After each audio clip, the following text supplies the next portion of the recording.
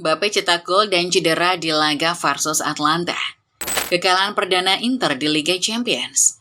Ineos pelit, pegawai MU mulai pada protes. Sang Heung-min dipantau Galatasaray.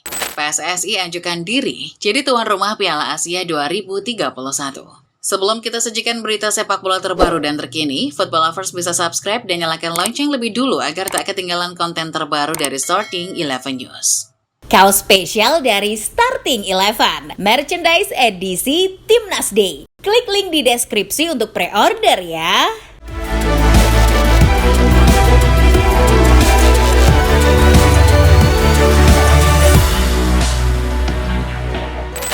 Dalam lanjutan pertandingan Liga Champions pekan ke-6, Liverpool menang tipis 1-0 atas tim tuan rumah Girona. Penalti Mo Salah di menit 63 jadi satu-satunya gol yang tercipta di pertandingan ini. Dengan tambahan 3 poin, The Reds kian kokoh di puncak klasemen dengan poin sempurna 18. Pasukan Arne Slot jadi satu-satunya tim yang belum terkalahkan di Liga Champions musim ini. Wakil Inggris lainnya yakni Aston Villa juga menang 3-2 atas RB Leipzig. Gol Villa dicetak oleh John McGinn menit 3, John Duran menit 52, dan Ross Barkley menit 85. Sedangkan Leipzig hanya membalas 2 kali melalui Lois Openda menit 27 dan Christoph Baumgartner menit 62. Kemenangan ini bikin pasukan Unai Emery naik ke urutan 3 klasemen sementara. Di pertandingan lain, Real Madrid harus susah payah untuk menang atas Atlanta. Saling berbalas gol, Madrid menang dengan skor 3-2. Gol El Real dicetak oleh Kylian Mbappe menit 10, Vinicius menit 56, dan Jude Bellingham menit 59. Sementara Ladia membalas 2 gol melalui Charles de Ketelaere menit 45 dan Ademola Lookman menit 65. Kemenangan ini bikin Madrid naik ke urutan 18 klasemen Liga Champions musim 2024-25. Paris Saint-Germain menang 3-0 atas tim tamu RB Salzburg. Ketika gol PSG dilesakan oleh Goncalo Ramos menit 30, Nuno Mendes menit 72, dan Desir Doué menit 85. Dengan kemenangan kedua di Liga Champions musim ini, PSG berhasil naik ke urutan 24 klasemen sementara. Wakil Jerman, Bayern Munchen, menang telak 5-1 atas tim tuan rumah Shakhtar Donetsk. Klub Ukraina itu sempat unggul lebih dulu melalui gol Calvin menit 5. Namun Munchen membalikkan keadaan dan mencetak 5 gol. Gol tersebut dicatatkan oleh Konrad Laimer menit 11, Thomas Muller menit 45, Michael Olise menit 70 dan 90, serta Jamal Musiala menit 87. Dengan tambahan 3 poin, The Bavarian naik ke urutan 8 klasemen sementara UCL. Masih seputar Liga Champions, kemenangan Real Madrid atas Atlanta harus dibayar mahal. Dengan cederanya sang mega bintang Kylian Mbappe. Dilansir Gol, setelah mencetak gol, Mbappe terlihat duduk di menit 36. Pemain asal Prancis itu mengalami cedera otot. Mbappe pun ditarik keluar dan digantikan oleh Rodrigo. Selepas laga, Carlo Ancelotti pun memberikan update tentang kondisi Mbappe. Menurutnya, ini hanya gangguan kecil, namun Mbappe akan tetap menjalani tes untuk mengetahui secara pasti kondisi cederanya. Sementara itu, Inter Milan mengalami hasil buruk di pertandingan Liga Champions pekan ke-6. Bertandang ke Bay Arena, Nerazzurri kalah 1-0 dari Bayer Leverkusen. Dilansir ESPN, Nordi Mukiele jadi pahlawan kemenangan Leverkusen dengan golnya di menit 90. Bermain di kandang, Leverkusen terlihat lebih menguasai bola, tapi gol baru bisa tercipta di penghujung laga. Dengan begitu, Die Werkself bisa memberikan kekalahan perdana untuk Inter Milan di Liga Champions musim ini. Mumpung lagi bahas Inter Milan, mari kita simak berita dari rival sekota Inter, AC Milan. Dilansir Football Italia, Direktur Olahraga Milan, Antonio De Ottavio, dikabarkan telah meninggalkan klub. Antonio telah sepakat untuk meninggalkan jabatannya setelah serangkaian perdebatan dengan penasehat klub Zlatan Ibrahimovic. Antonio sebetulnya orang lama di Milan, ia sudah bekerja di San Siro sejak 2017. Namun keberadaan Zlatan kerap mengganggu kinerjanya. Menurut laporan, Zlatan dan Antonio sering cekcok dan berdebat soal rencana masa depan tim utama dan tim muda Milan. Ketimbang makin runyam, Antonio pun memilih angkat kaki dari Milan. Kabar buruk justru datang dari sang penantang gelar Napoli. Salah satu bintangnya yakni Vika Kvaratskhelia dikabarkan mengalami cedera lutut yang cukup parah. Menurut Foot Italia, cedera itu didapat Kvara saat menghadapi Lazio kemarin. Pihak klub mengkonfirmasi bahwa ada robekan pada ligamen kolateral medial milik Kvara. Dengan begitu, Kvara harus menjalani proses rehabilitasi. Staf medis Napoli memprediksi bahwa Kvara akan absen hingga pertengahan Januari nanti. Cedera ini bikin Napoli dan Antonio Conte mumet. Tim yang sedang mengejar gelar justru harus kehilangan pemain paling penting di lapangan. Dari Italia kita terbang ke Inggris untuk membahas klub yang sedang oleng, Manchester City. Klub yang bermarkas di Etihad Stadium itu diperkirakan bakal makin oleng, karena hasil persidangan kasus pelanggaran finansial mereka menghasilkan tuduhan baru. Dilansir Goal, City bukan lagi menghadapi 115 tuduhan. City diduga bersalah dalam 130 kasus selama kurang lebih 14 tahun. Hasil dakwaan diprediksi bakal keluar pada akhir Januari nanti. Namun para ahli hukum yakin bahwa kemungkinan banding akan membuat persidangan memanjang hingga musim depan. Dari Manchester Biru, kini kita bergeser ke Manchester Merah. Ineos kabarnya berulang lagi. Mereka memangkas anggaran yang menurut mereka terlalu besar dan tidak diperlukan. Anggaran yang dipotong itu adalah uang bonus kepada para pegawai di Manchester United. Dilansir Daily Mail, Ineos telah menarik anggaran bonus sebesar 100 pound yang diperuntukkan kepada karyawan menjelang Natal. Ineos telah menggantikannya dengan voucher makanan dan pakaian di M&S senilai 40 pound. Menurut laporan, salah satu staf pun belum menyayangkan kebijakan Ineos. Mereka bahkan menyebut Ineos lebih pelit daripada Glazers. Keluarga Glazers memang serakah, tapi setidaknya mereka lebih mensejahterakan pegawai. Bergeser ke London, Arsenal dikabarkan telah memasukkan nama Dan Ashworth sebagai salah satu opsi untuk menggantikan Edo. Menurut Goal, ketersediaan Ashworth telah menarik perhatian meriam London. Meski terlibat sedikit konflik di Manchester United, Arsenal tetap yakin bahwa Ashworth masih jadi yang terbaik di bidangnya. Apalagi Ashworth punya hubungan kerja di masa lalu dengan Direktur Pelaksana Arsenal saat ini, Richard Gurley. Mereka pernah bekerja sama di West Bromwich Albion pada tahun 2013. Jadi Ashworth adalah pilihan yang ideal. Masih dari London, bek Tottenham Hotspur Christian Romero baru-baru ini menyampaikan kritik dan pendapatnya tentang situasi manajerial klubnya. Dilansir BBC, bek asal Argentina itu merasa bahwa klubnya kurang berinvestasi pada pemain. Itu yang membuat Spurs tak pernah berkembang. Manchester City bersaing setiap tahun. Anda lihat bagaimana Liverpool memperkuat skuadnya. Chelsea memperkuat skuadnya, tidak bermain bagus tapi memperkuat lagi. Dan sekarang mereka melihat hasil investasi Chelsea. Itulah hal-hal yang harus ditiru, kata Romero.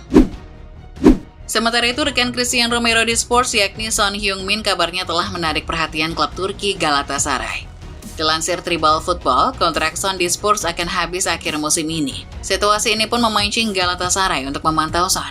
Pihak Gala bahkan dikabarkan tengah mempersiapkan proposal menarik untuk mantan penyerang Bayer Leverkusen tersebut. Jika situasi memungkinkan, Gala akan mengajukan tawaran pada bulan depan. Son akan jadi pengganti Victor Osimhen yang belum tentu bertahan di Istanbul. Mampir sebentar ke Belanda, kabar mengejutkan datang dari pelatih kawakan Louis van Gaal. Mantan pelatih Manchester United itu kembali muncul di pinggir lapangan bersama mantan klubnya Ajax Amsterdam. Dilansir Daily Mail, ini jadi kali pertama Van Gaal kembali melatih setelah mengumumkan bahwa dirinya sedang berjuang melawan kanker. Namun tim yang ia latih bukan tim senior. Dirinya hadir untuk mengawasi sesi latihan tim junior Ajax yang berada di De Toekomst. Namun belum jelas apakah ini sebuah kunjungan nostalgia atau indikasi untuk kembali melatih. Dari Belanda kita bergeser ke Asia Tenggara. Usai melakoni laga pembuka Piala AFF 2024 melawan Myanmar, PSSI kabarnya akan mengirim surat ke AFF. Emangnya ada apa? Dilansir Bola Sport, PSSI tidak terima dengan permainan kasar yang ditunjukkan Myanmar. Hal itu sudah dikonfirmasi langsung oleh manajer Timnas Indonesia, Sumarji. Dirinya mengatakan kalau PSSI akan segera mengirim surat protes ke AFF. Ada dua kejadian kasar dari Myanmar ke pemain Timnas Indonesia yang diingat oleh Sumarji. Pertama, pelanggaran keras kepada Arkan Fikri, dan yang kedua kepada Marcelino Ferdinand.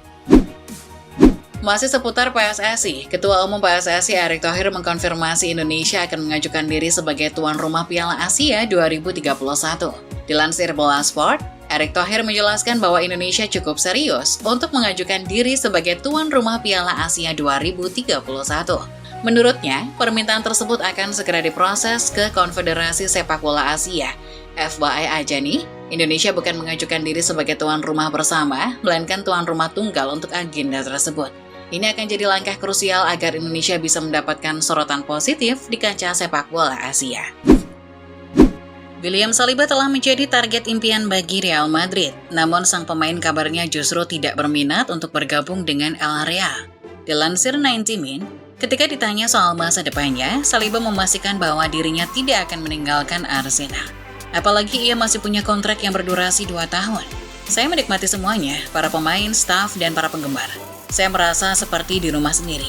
Jadi tentu saja saya akan bertahan lama di sini. Mengapa tidak? tutur Saliba. Statement ini seakan menutup peluang bagi Madrid untuk mendapatkannya di bursa transfer mendatang. Untuk mendongkrak kinerja Wayne Rooney, Plymouth dikabarkan telah mendatangkan Mike Phelan sebagai asisten pelatih baru. Phelan sendiri bukan orang asing bagi Rooney. Menurut ESPN, Phelan telah menghabiskan 9 tahun di Manchester United dalam 2 periode. Di bawah asuhan Sir Alex Ferguson dan Ole Gunnar Solskjaer. Phelan pernah menangani Rooney dalam periode pertamanya, di mana United memenangkan 3 gelar Liga Inggris, Piala Dunia antar klub, dan 2 Piala Liga. Kini Phelan siap membantu Rooney dalam porsi yang berbeda, yakni sebagai asisten pelatihnya. Bukan Todd Boehly namanya jika dia tidak memiliki ide-ide gila. Setelah melakukan beberapa proyek gila di Chelsea, kini ia kembali ingin mewujudkan rencana bisnis yang sedikit berbeda. Bukan membeli pemain apalagi klub, Boehly justru berminat untuk mengakuisisi salah satu media ternama asal Inggris, The Telegraph.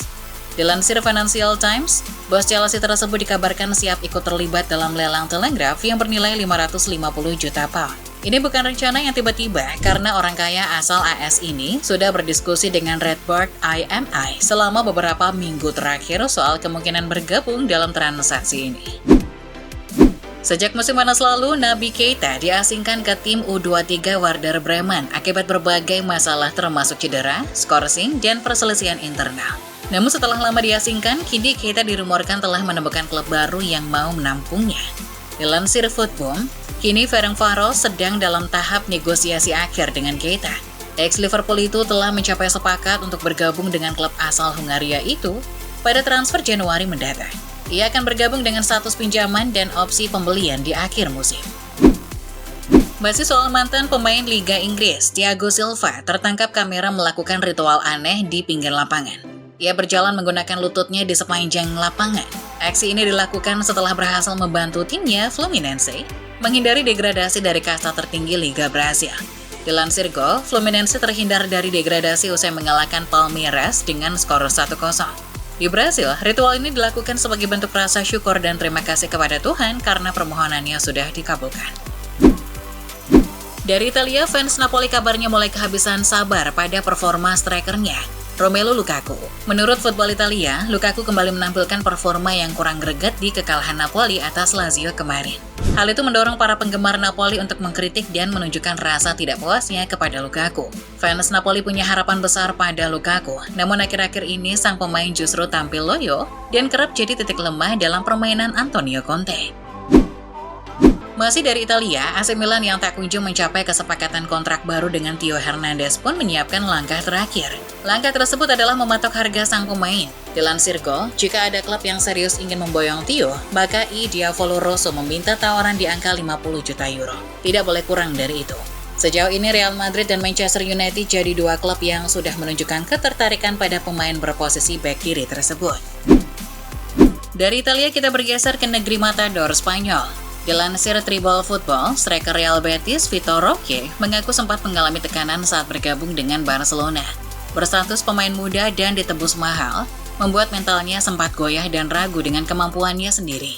Namun keluarga dan agennya selalu mendukung perkembangan Roque di Spanyol. Roque juga mengaku kalau mereka kerap memintanya menjadikan Vinicius sebagai role model.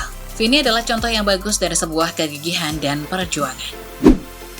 Sementara itu dari Real Madrid, Carlo Ancelotti akhirnya angkat bicara soal performa Kylian Mbappe yang tak kunjung stabil. Mengutip cuitan Fabrizio Romano, Ancelotti mengatakan kalau Mbappe dalam kondisi baik-baik saja. Dirinya terus berkembang setiap pekannya, Mbappe hanya perlu waktu dan sedikit motivasi. Saya memberinya kepercayaan diri yang dibutuhkannya, dan itu membuahkan hasil.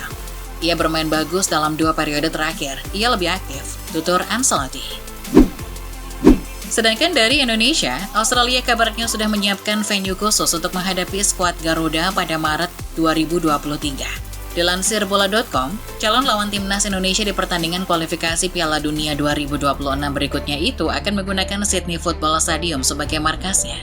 Laga ini juga menandai kembalinya The Socceroos ke Sydney Football Stadium yang baru direnovasi setelah hampir 1 dekade. Penampilan terakhir mereka di stadion ini terjadi sudah lama, tepatnya pada Maret 2017. Saat menghadapi Uni Emirat Arab dan kualifikasi Piala Dunia 2018.